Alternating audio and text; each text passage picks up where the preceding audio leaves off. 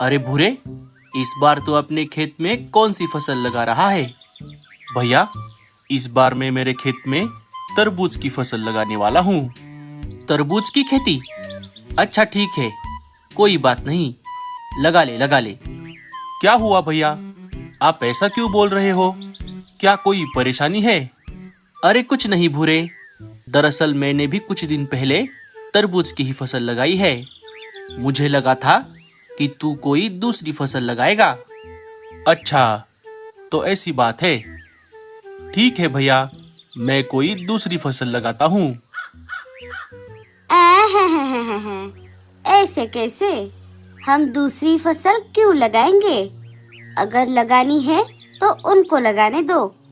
हम तो तरबूज ही लगाएंगे। अरे रीमा, कोई बात नहीं। अगर तुम्हें तरबूज ही लगाने हैं तो बेशक लगाओ। तरबूज मैं लगाऊं या भूरा लगाए, एक ही तो बात है।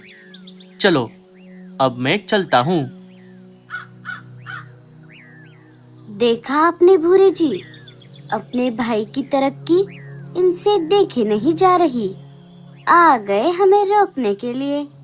अब तो हम तरबूज ही लगाएंगे और वो भी उनसे बड़े बड़े तरबूज उगा कर दिखाएंगे। हाँ हाँ रीमा, हम ऐसा ही करेंगे। चलो, अब हम बाकी के बीज लगा देते हैं।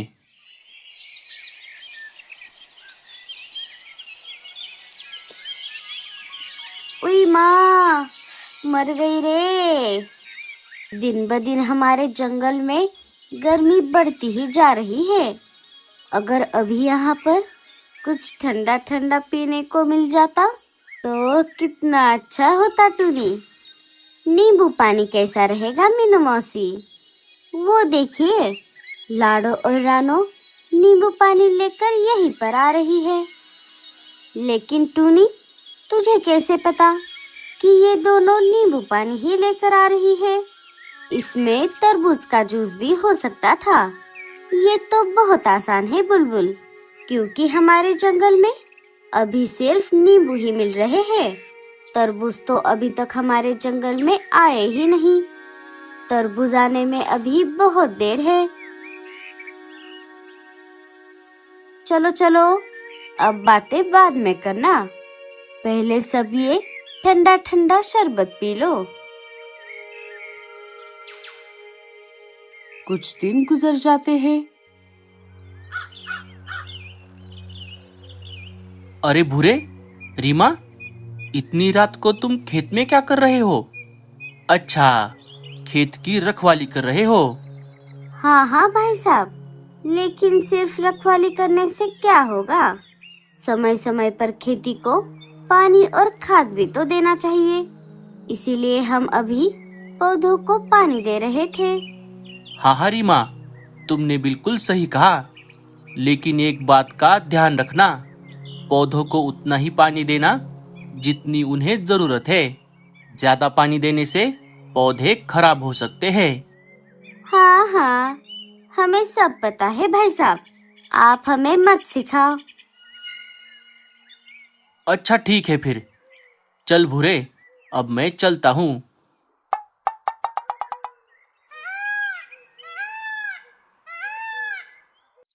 कुछ दिन और गुजर जाते हैं।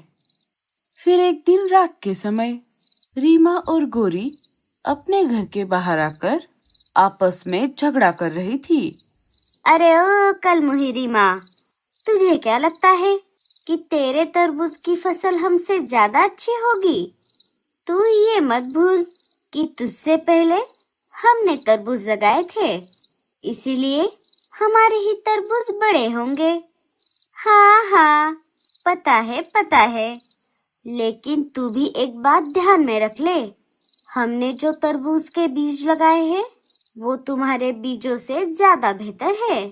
इसीलिए हमारे ही तरबूज बड़े होंगे। अगर ऐसी बात है तो लगा ले शर्त, जब तरबूज को काटने का समय आ जाएगा तब उस समय जिसके भी तरबूज बड़े होंगे वो दूसरे को थप्पड़ मारेगा। हाँ हाँ, लगा ले और थप्पड़ खाने के लिए भी तैयार रहना।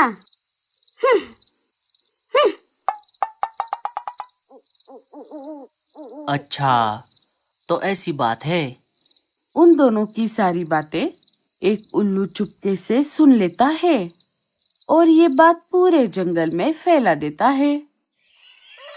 एक दो दिन और गुजर जाते हैं। फिर एक दिन दोपहर के समय अरे साथियों, क्या आपको पता चला? कालू और भूरे ने तरबूज की फसल लगाई है और गोरी और रीमा में तरबूज को लेकर कंपटीशन लगी है कि फसल काटते समय जिसके भी तरबूज बड़े होंगे वो दूसरे को थप्पड़ मारेगा। मुझे तो लगता है कि भूरे भैया के ही तरबूज बड़े होंगे, क्योंकि उन्होंने बहुत बढ़िया क्वालिटी के बीज लगाए हैं। ऐसे कैसे? तरबूज तो हमारे ही बड़े होंगे। सिर्फ अच्छे क्वालिटी के बीज लगाने से कुछ नहीं होता, फसल की अच्छे से देखभाल भी करनी होती है। आप सब अभी मेरे साथ मेरे खेत में चलो और अपनी आंखों से खुद देख लो। सबसे बड़े तरबूज तो हमारे ही है। अच्छा, तो ऐसी बात है। गोरी की बच्ची, तू बस देखती जा, अब मैं क्या करती हूँ। थोड़ी देर बाद रात के समय रीमा एक जगह से फल खाने वाले कीड़े एक पोटली में भर लेती है और सीधा गोरी के खेत में आ जाती है और सारे कीड़े उनके तरबूज पर छोड़ देती है। हाँ, अब आएगा मजा। कुछ दिन बीत जाते हैं। फसल काटने का समय आ जाता है। जब कालू अपने खेत में आ गया तब उसने देखा गोरी जोर जोर से रो रही थी। अरे गोरी, क्या हुआ? तुम रो क्यों रही हो? कालू जी, देखिए ना, हमारे सारे तरबूजों को कीड़ों ने अंदर से खा लिया। हमारी इस साल की सारी मेहनत खराब हो गई। अरे बाप रे गोरी, ये तो बहुत बुरा हुआ। इस साल तो हम दोनों ने मिलकर बहुत मेहनत की थी। अरे कालू, क्या हुआ? ये गोरी इतना जोर जोर से क्यों रो रही है? कालू सारी बात मीनू मौसी और लाडो को बताता है। अरे बाप रे कालू भैया, ये तो बहुत बुरा हुआ। ये देखो साथियों, मैंने कहा था ना, हमारे ही तरबूज सबसे बड़े होंगे। गोरी की बच्ची, अब सबके सामने थप्पड़ खाने के लिए तैयार हो जा। जब सारे वहाँ से चले गए तब भूरे ने रीमा से पूछा। अरे रीमा, लेकिन ऐसा कैसे हो सकता है? कीड़ों ने सिर्फ उनके ही तरबूजों को क्यों खाया, हमारे क्यों नहीं? क्योंकि मैंने हमारे तरबूजों पर कीड़े मारने वाली दवाई लगाई थी और उनके तरबूजों पर मैंने ही कीड़े छोड़े थे। रीमा, तुमने ये क्या कर दिया? अब ऊपर वाला हमें इसकी सजा जरूर देगा। अरे कुछ नहीं होता, बड़ी आई थी ना मुझसे शर्त लगाने वाली। अब उसे ऐसा थप्पड़ मारूंगी कि वो जगह पर ही बेहोश हो जाए। 2-4 दिन गुजर जाते हैं।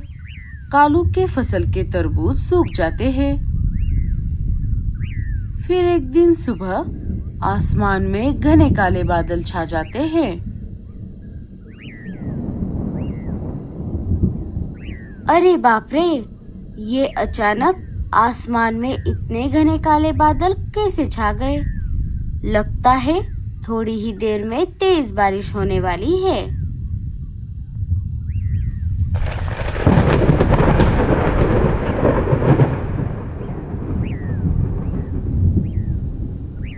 मीनू मौसी, ये घने काले बादल देखकर ऐसा लग रहा है कि थोड़ी ही देर में तेज बारिश होने वाली है। हाँ टूनी, मुझे तो ये किसी बड़े संकट की चेतावनी लग रही है। हे ऊपर वाले, बचा ले रे बाबा। थोड़ी ही देर में तेज तूफान के साथ साथ मूसलाधार बारिश भी शुरू हो जाती है। पापा, मुझे बहुत डर लग रहा है। डरो मत जग्गू, मैं और मम्मी है ना तुम्हारे पास। और ये बिन मौसम की बरसात है, ये ज़्यादा देर तक नहीं चलेगी, तो इससे हमें कोई खतरा नहीं है। लेकिन अगर बारिश ऐसे ही चलती रही तो जंगल में भारी नुकसान हो सकता है, जिसकी हम कल्पना भी नहीं कर सकते। पूरी हमें सतर्क रहना होगा।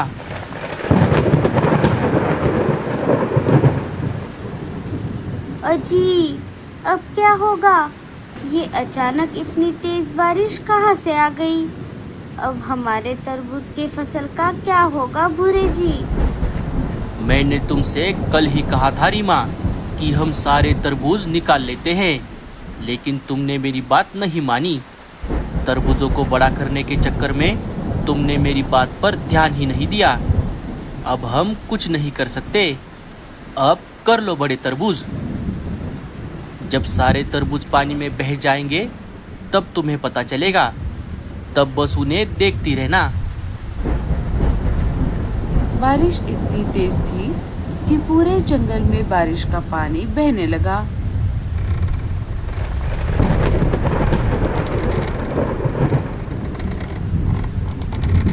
इधर तेज तूफान की वजह से मीनू मौसी के घर की छत गिर जाती है। अरे मीनू मौसी, ये हर बार हमारे ही घर की छत क्यों गिर जाती है?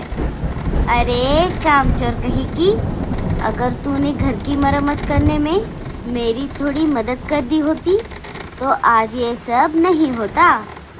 अब जल्दी से बाहर चल, नहीं तो हम यही दब के मर जाएंगे और हमें बचाने के लिए भी कोई नहीं आएगा। जिन जिन पंछियों के घोंसले तूफान की वजह से गिर गए थे, वो सारे एक एक करके एक पेड़ पर आकर जमा होने लगे। अरे कालू, ये सब क्या हो गया? अब हम कहाँ जाएंगे? अरे वो देखो साथियों, वो पानी में क्या बहकर आ रहा है? अरे ये तो कालू भैया के तरबूज है। अरे वो देखो साथियों, पीछे से भूरे भैया के भी तरबूज आ रहे हैं। अब हमें इन तरबूजों का कोई फायदा नहीं है साथियों। अब हम इन्हें बस बहता हुआ ही जाते देख सकते हैं। मीनू मौसी के ऐसा कहते ही लाडो के दिमाग की बत्ती जल जाती है। अरे साथियों, हम इन तरबूजों को ऐसे ही नहीं जाने देंगे। मतलब तुम कहना क्या चाहती हो लाडो? अब तुम सब मेरा कमाल देखो। लाडो अपने बच्चों को लेकर कालू के एक सूखे हुए तरबूज में जाकर बैठ जाती है। अरे साथियों, ये देखो, ये तरबूज तो अंदर से खोखला है। यहाँ पर तो बारिश भी नहीं लग रही। आप भी आ जाओ यहाँ पर। अरे कालू जी, जल्दी चलिए, वरना सारे खाली तरबूज पंछियों से भर जाएंगे। सारे एक एक करके एक एक तरबूज में आ जाते हैं, सिवाय भूरे और रीमा को छोड़कर। अरे भूरे, रीमा, तुम दोनों भी अंदर आ जाओ। नहीं भैया, हम नहीं आ सकते। कालू भूरे के पास वापस आ जाता है। अरे भूरे, रीमा, क्या हुआ? तुम दोनों तरबूज के अंदर क्यों नहीं आ रहे? भैया, हमें माफ कर दो। रीमा ने ही आपके तरबूजों पर फल खाने वाले कीड़े छोड़े थे। अरे भूरे, अब ये सब भूल जा। और उल्टा ये तो बहुत अच्छा हुआ। अगर रीमा तरबूजों पर कीड़े नहीं छोड़ती तो आज हमें बारिश में बाहर ही रहना पड़ता। अब चलो जल्दी से। भाई साहब, मुझे माफ कर दो। मेरी गलती की वजह से हमारे सारे तरबूज खराब हो गए। सारे नहीं रीमा, अभी हमारे तरबूज बाकी है। रुको, मैं हमारे सारे तरबूज लेकर आता हूँ। रुक जा भूरे, मैं भी तेरे साथ आता हूँ।